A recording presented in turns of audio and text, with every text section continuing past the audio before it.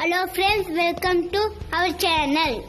Friends, இன்னைக்கு நம்ம வெள்ளை ரவையை வச்சு ரொம்ப கிறிஸ்பியான ரொம்ப டேஸ்டான ஒரு ஸ்நாக் ரெசிபி எப்படி பண்றதுன்னு பார்த்தலாங்களா.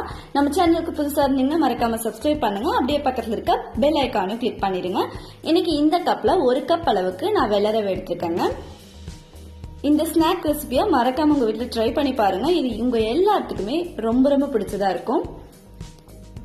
நம்ம எடுத்திருக்க 1 கப் வெள்ளை ரவையை ஒரு பாத்திரத்துல சேர்த்துக்கலாங்க. நம்ம எந்த கப்ல வந்துட்டு ரவை எடுத்திருக்கோமோ அதுல 3/4 கப் அளவுக்கு தயிர் சேர்த்துட்டு இதை இந்த மாதிரி நல்லா மிக்ஸ் பண்ணி விட்டுறலாங்க. கட்டி எதுவும் இல்லாம நல்லா கலந்து விட்டுக்கோங்க.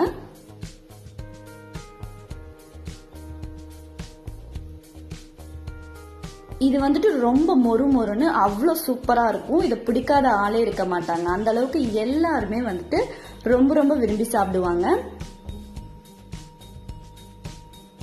இப்ப பாருங்க, இது நல்லா கலந்து விட்டாச்சு.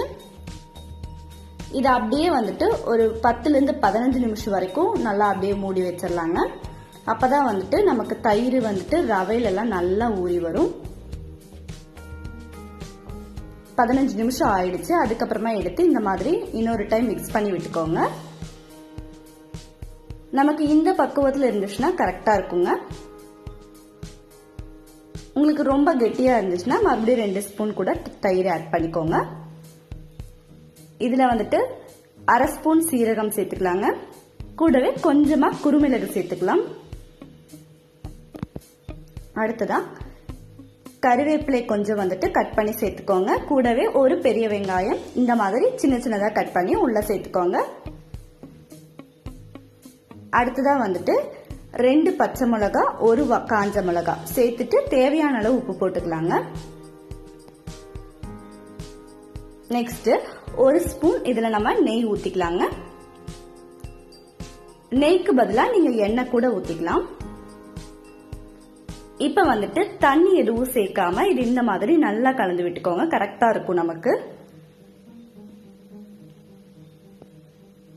நம்ம சேர்த்திருக்க வெங்காயம், மிளகா, கருவேப்பிலை, உப்பு இது எல்லாமே நல்லா மிக்ஸ் ஆகிற மாதிரி பிசைஞ்சு விட்டுக்கோங்க.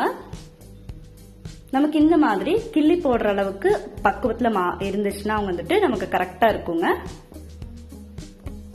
அடுத்ததா வந்துட்டு ஒரு கடாயில எண்ணெய் சூடு பண்ணிக்கலாங்க. எண்ணெய் நல்லா சூடாயிட்டு இருக்கு. மீடியம் ஃப்ளேம்ல வச்சிட்டோம்னா நமக்கு கரெக்டா இருக்குங்க. இப்ப எண்ணெய் சூடானதுக்கு அப்புறமா வந்துட்டு நம்ம அப்படியே வந்துட்டு பொரிக்க ஆரம்பிச்சிடலாம். இந்த மாதிரி கிள்ளி போட்டுக்கோங்க கொஞ்சமா.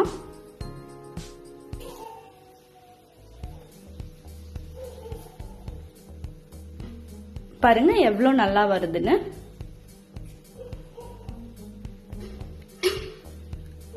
இது கருகாம 2 சைடும் வந்துட்டு நல்லா வேகிற மாதிரி திருப்பி விட்டுக்கோங்க.